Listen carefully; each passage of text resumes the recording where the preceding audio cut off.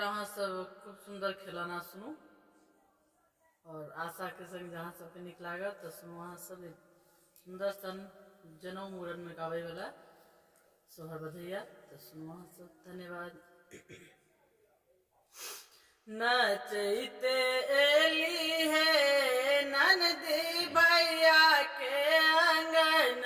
माँ नचते एली है ननदी भैया के अंगन माँ नचते एली है ननदी भैया के अंगन माँ नचते एली है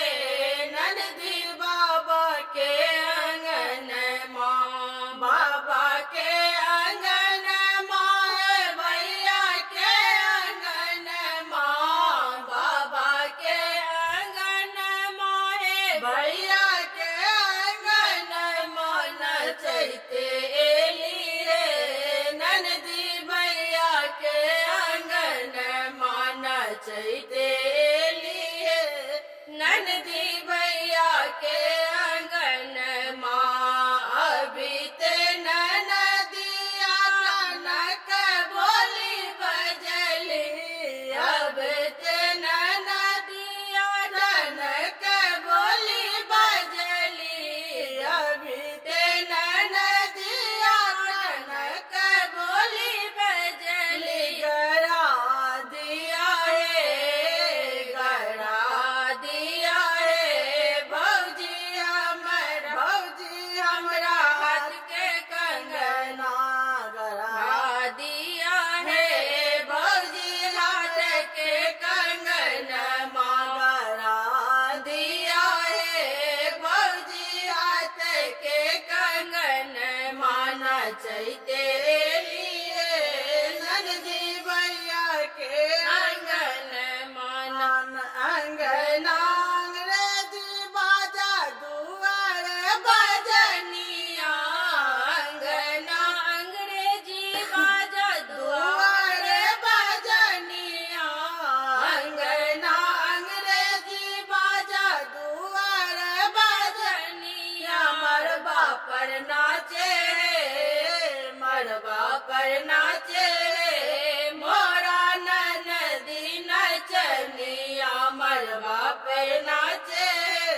मोरा ननदी नचनिया नचते एली है ननदी भैया के अंगन माँ नचते एली है ननदी बाबा के अंगन माँ गोटा लागल साड़ी दलियन हाथ के कंगन माँ गोटा लागल साड़ी दलियन हाथ के कंगन माँ गोटा लागल साड़ी दलियन हाथ के कंगन माँ लटकल छन